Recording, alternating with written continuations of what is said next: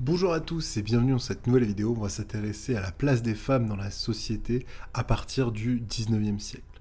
Le Code civil, un ensemble de règles de droit civil qui va déterminer le statut des personnes, des biens et des relations entre les personnes privées, date de 1804. Pour la place des femmes, il la place justement sous l'autorité de leur père, puis de leur mari. Elles sont considérées par la loi comme des personnes mineures qui ne disposent pas des mêmes droits que les hommes. Et ce, malgré l'égalité proclamée dans la DDHC, article 1, tous les hommes naissent et demeurent libres et égaux en droit.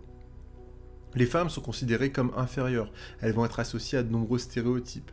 Les hommes vont les penser incapables de voter car elles sont vues comme fragiles, émotives, faibles, influençables. De plus, l'éducation va construire une société où les hommes vont dominer et où le rôle de la femme se limite à celui d'épouse et de mère. De nouveaux droits commencent à arriver au début du XXe siècle pour leur donner davantage d'autonomie. Le monde du travail va intégrer aussi inégalement les femmes. Elles participent activement aux travaux agricoles. Les nouvelles activités liées à la révolution industrielle vont devoir faire appel à de nouvelles main-d'œuvre, notamment féminines, dans le secteur textile.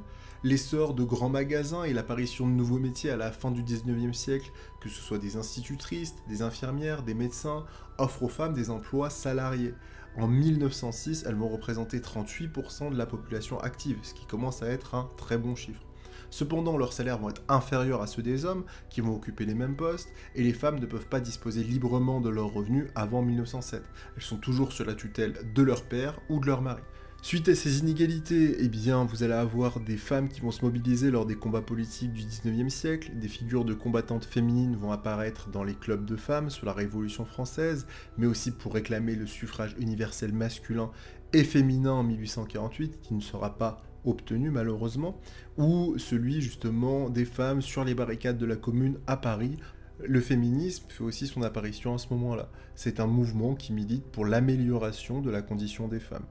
Le féminisme va se nourrir de ces modèles dans les années 1870. Des femmes peu nombreuses ont milité pour l'amélioration de leurs conditions. À la veille de la Première Guerre mondiale, les femmes vont obtenir de nombreux droits sociaux, mais elles restent perçues comme inférieures et vont être exclues de la vie politique. Voilà, je vous remercie pour moi, j'espère que cette nouvelle vidéo vous a plu sur la place des femmes dans la société au 19e et 20e siècle. Si vous avez des questions ou si vous avez des commentaires à faire, n'hésitez pas, l'espace commentaire est là pour ça.